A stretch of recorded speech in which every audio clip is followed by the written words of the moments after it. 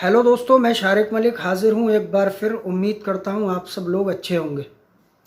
दोस्तों, आज की कहानी जापान की कहानी है और इस कहानी में एक ऐसा कत्ल होता है जो शायद पूरी दुनिया में कभी कहीं ना हुआ हो, क्योंकि ये कत्ल ज़मीन से लगभग 36,000 फीट की ऊंचाई पर होता है।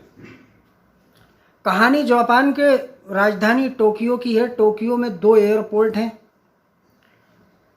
जिसमें से एक एयरपोर्ट हनीडा एयरपोर्ट है। वहाँ पर दोपहर के वक्त एक फ़्लाइट टेक ऑफ होने के लिए तैयार होती है। Flight 61 Boeing 747। इस फ़्लाइट में 503 लोग थे, जिसमें 14 बच्चे भी शामिल थे और इसमें 14 क्रू मेंबर थे। टोटल 517 लोग इसमें सवार थे। इसके पायलट नायोकी नागा, उम्र 51 साल, और को पायलट काजी की कोगा, इनकी उम्र 34 साल थी। इस फ्लाइट को हनीडा एयरपोर्ट से न्यू चिट्रोस एयरपोर्ट पर जाना था, जो जापान में ही दूसरी जगह है। इस फ्लाइट को वहाँ तक पहुँचने में लगभग 1.5 घंटे का समय लगता। अब फ्लाइट उड़ने के बाद लगभग 15 मिनट के बाद अनाउंस होता है कि आप लोग अब आराम से बैठ सकते हैं, अपनी कुर्सी की पेटी खोल सकते हैं, सब कुछ नॉर्मल है। अब ये फ्लाइट चल रही है। कुछ देर के बाद नीचे इकोनॉमिक क्लास से एक लड़का उठता है और वो कॉकपिट के पास आकर खड़ा हो जाता है, जिसकी उम्र 29 साल थी। बाद में इसका नाम भी पता चला, इसका नाम था यूजी निशो। ये वहाँ खड़ा हो जाता है। अब कुछ देर के बाद इसके आगे से एक एयर होस्टेस गुजरती है, जिसको ये पीछे से पकड़ लेता है और उसकी गर्दन पर चाकू रख देता है। अब ये उस एयर होस्टेस से कहता है, पायलट से बोलिए कॉकपिट का गेट खोले। वो मना करती है तो ये बोलता है, तुम्हें मैं जान से मार दूंगा वरना इसका गेट खुलवाइए। वो देखती है और ये सब जब सुनती है तो घबरा जाती है और फिर वो कॉकपिट का गेट खुलवाती है। जैसे ही कॉकपिट का गेट खुलता है, ये उसके अंदर दाखिल होता है और वहाँ बैठे को पायलट से कहता है, खड़े हो जाओ। वो खड़ा होता है तो उसका ये हाथ पकड़कर उसको बाहर कर देता है और अंदर से कॉकपिट बंद कर लेता है और ये उसकी सीट पर बैठ जाता है। अब को पायलट कॉकपिट के बाहर, कॉकपिट के अंदर अब सिर्फ यूजी नेशो और पायलट। अब ये पायलट से कहता है, सुनो, ये फ्लाइट अब मेरे कब्जे में है, मेरे कंट्रोल में है, जैसा मैं कहता हूँ अब वैसा करो। अच्छा, जब ये आया था अंदर, जैसे ही ये एंटर हुआ था और इसके हाथ में चाकू था और इसने को पायलट से बोला तुम बाहर चलो, तो जैसे ही को पायलट कॉकपिट से बाहर जाने के लिए घूमता है तो ये पायलट जो होते हैं ये हल्का सा देखते हैं और फ़ौरन ही ये इमरजेंसी बटन जो है वो पुश कर देते हैं। एक इमरजेंसी का स्विच होता है जिसको पुश करने से एटीसी से कांटेक्ट हो जाता है, जो एटीसी ज़मीन पर रहती है और ऊपर से संपर्क में रहती है। और अगर एटीसी से जब भी संपर्क टूटता है तो समझ लीजिए फ्लाइट के साथ कुछ भी हो सकता है। तो उस एटीसी के पास एक मैसेज भी पहुंच चुका होता है कि फ़्लाइट जो है लगभग हाईजैक हो चुकी है। खैर, फ़्लाइट ऑटो मोड पर चल रही थी। ये बैठ जाता है और पायलट से कहता है, ये फ़्लाइट मेरे कंट्रोल में है, अब जैसा मैं कहता हूँ वैसा करो। तो पायलट कहता है, आखिरकार तुम चाहते क्या हो?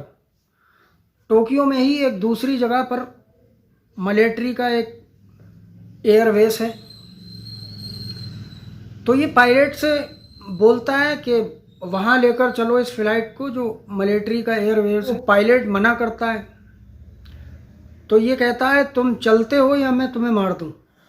पायलट इसको बहुत समझाने की कोशिश करता है कि हम वहाँ पर लैंडिंग नहीं कर सकते, वो मिलिट्री का एयरवेस है, वहाँ परमिशन की और सारी चीज़ों की दिक्कत होगी। तो हम वहाँ नहीं जा सकते। इसको बहुत गुस्सा आता है और ये लास्ट वार्निंग देता है, लेकिन पायलट मानता नहीं इसकी बात को और वो कहता है नहीं हम वहाँ नहीं जा सकते। फिर ये गुस्से से लाल पीला हो जाता है और उसकी गर्दन में वो चाकू बहुत तेज़ी के साथ मारता है और उसके बाद अनगिनत वार करता है।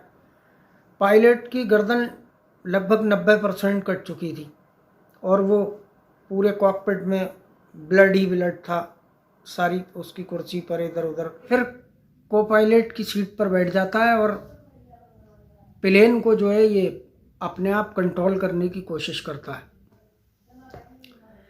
लेकिन प्लेन जो है वो बहुत तेज़ी से नीचे की तरफ जाने लगता है और एक तरीके से बहुत बुरी तरीके से हिलता है। अब मैंने भी सफ़र किए हैं 1-2 बार, तो अगर जब जैसे ही वो किसी साइड में टर्न होता है लेफ़्ट या राइट, तो बहुत ज़्यादा जब मूव होता है तो बड़ा डर लगता है, ऐसा लगता है ये गिरने वाला है, अजीब सा महसूस होता है। तो उसमें बच्चे भी थे, बच्चे रोने लगते हैं, चीखने लगते हैं, बड़े लोग भी खौफजदा हो जाते हैं क्योंकि वो सारा माजरा देख रहे थे। इधर को पायलट ने देखा कि प्लेन जो है वो बहुत तेज़ी से नीचे की तरफ जा रहा है और इसमें कंपन भी बहुत तेज़ हो रहा है, इसका मतलब कुछ गड़बड़ है। वो फ़ौरन ही सारे पैसेंजरों में से जो अच्छी पर्सनालिटी के 4-6 लोग थे उन लोगों को बुलाता है, उनकी बेल्ट टाई सब खुलवा लेता है और बोलता है कि जो अंदर ये बंदा जो अंदर है, जो क्रिमिनल है, इसको हम पकड़ के और बांध लेंगे और फिर हमारा जो प्लेन है वो इस हाईजैकर से बच जाएगा। को पायलट कॉकपिट के गेट को खोलने की कोशिश करते हैं, लेकिन वो गेट खुलता नहीं क्योंकि वो अंदर से लॉक था। अब इन्होंने प्लान बनाया कि इसके गेट को तोड़ते हैं। अब ये सब लोग उसको तोड़ने लगते हैं। काफ़ी मशक्क़त के बाद थोड़ी देर में वो गेट टूट जाता है। अंदर घुसते हैं तो देखकर दंग रह जाते हैं, चीखें निकल जाती हैं।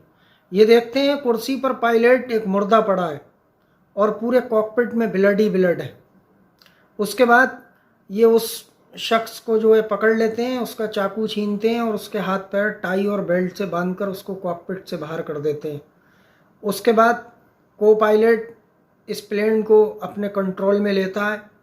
कंट्रोल में लेने के बाद वो देखता है कि ये प्लेन ज़मीन से बहुत पास आ चुका है, ऊपर से बहुत नीचे आ चुका है। और अब ये को पायलट प्लेन को कंट्रोल करने के बाद फ़ौरन ही एटीसी से संपर्क करता है और उनको पूरी जानकारी देता है कि फ़्लाइट में ऐसा ऐसा हो गया है और यहाँ पर पायलट साहब जो हैं वो एक मुर्दे की हालत में है, उनका मर्डर हो चुका है और उसको जो कातिल है उसको हमने बांध कर और पकड़ लिया है। इसके बाद एटीसी से वो बोलता है हमें इमरजेंसी लैंडिंग करनी होगी, तो वो परमिशन मांगता है कि हमें वापस हिंडन एयरपोर्ट पर आने की इजाज़त दी जाए। फिर उसको हिंडन एयरपोर्ट पर आने की इजाज़त दी जाती है और यहाँ ये काफ़ी बिज़ी एयरपोर्ट है, लेकिन इमरजेंसी की तत्काल उनको जो है सूचना दी जाती है और इस फ्लाइट को वहाँ पर जो है लैंडिंग करवाया जाता है। उसके बाद लैंडिंग होने के बाद पुलिस आती है, पुलिस उसको गिरफ़्तार करती है और गिरफ़्तार करने के बाद उसके बयान दर्ज होते हैं। बयान दर्ज होने के बाद कोर्ट में मुकदमा चलता है। कोर्ट में वो बताता है कि वो बचपन से ही बहुत ज़्यादा गेम खेलता था और सबसे ज़्यादा गेम वो एरोप्लेन के खेलता था। उसके दिमाग में एक तरीके से हमेशा एरोप्लेन के गेम चलते थे, एरोप्लेन चलता था, उसको ख्वाब में एरोप्लेन दिखाई देते थे।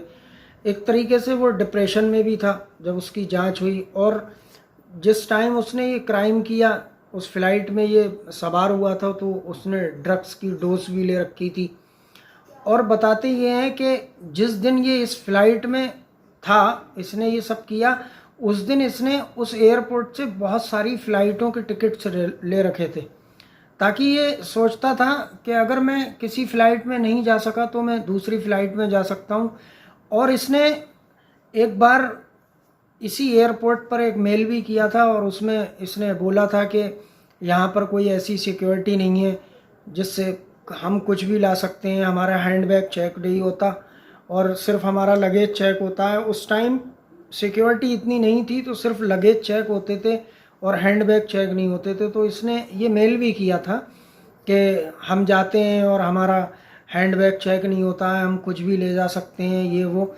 लेकिन उस मेल पर शायद किसी की नज़र नहीं पड़ी और उस पर कुछ ध्यान दिया नहीं गया। तो ये डिप्रेशन में था, इसकी दिमागी हालत कुछ ठीक नहीं थी। उसके बाद पुलिस इससे पूछती है, अच्छा ये बताओ तुम मिलिट्री एयरवेज की तरफ को इस फ़्लाइट को क्यों ले जाना चाहते थे? आखिरकार वहाँ से क्या करना था तुम्हें, वहाँ जाकर क्या करते? तो ये बताता है, वहाँ मिलिट्री एयरवेज पे लैंडिंग करने के बाद ये प्लेन मैं उड़ाना चाहता था, और टोक्यो में एक ब्रिज है, रेनबो ब्रिज। इसने बताया वहाँ से मैं प्लेन खुद उड़ाता और उस प्लेन को रेनबो ब्रिज के पास ले जाकर रेनबो ब्रिज के नीचे से निकालता। ये स्टंट मुझे करना था, यही मेरे दिमाग में था। तो ये एक अजीब बात है, जैसे अपने इंडिया में हावड़ा ब्रिज है, अब कोई कहे कि उसके नीचे से मुझे प्लेन निकालना है, तो ये अजीब बात है। तो यही सब चल रहा था, इस वजह से ये सब उसने किया था। तो आखिरकार टोक्यो में ही एक अदालत में जजमेंट आता है और उसमें इसको उम्र कैद की सज़ा सुना दी जाती है। वो आज भी टोक्यो के जेल में बंद है, क्योंकि वो पूरी तरीके से डिप्रेशन में नहीं था और एक प्लेन हाईजैक करने की भी इसमें पूरी दास्तां है, और उसने एक मर्डर भी किया था, वो भी एक पायलट का, और वो बहुत अनुभवी पायलट थे, उनको भी उसने मौत के घाट उतार दिया। वो तो को पायलट की सूझबूझ से इस प्लेन को बचाया गया, वरना ये इतना नीचे आ चुका था कि शायद ये बहुत जल्दी क्रैश भी होने वाला था और 517 लोगों की जान भी जा सकती थी। तो दोस्तों ये आज की कहानी थी, उम्मीद करता हूँ अच्छी लगी होगी। दोस्तों हर रोज़ एक नई कहानी के लिए मेरे चैनल को सब्सक्राइब करें। अगर कोई मेरी गलती हो, मुझसे कुछ जाने अनजाने में छूटता हो, आप लोग मुझे बताना चाहें या और कोई बात मुझसे करना चाहें, तो मुझे आप मेल भी कर सकते हैं। मेरी ईमेल आईडी है shariksuperstar@gmail.com। कल फिर मिलूँगा दोस्तों। जय हिंद, जय भारत।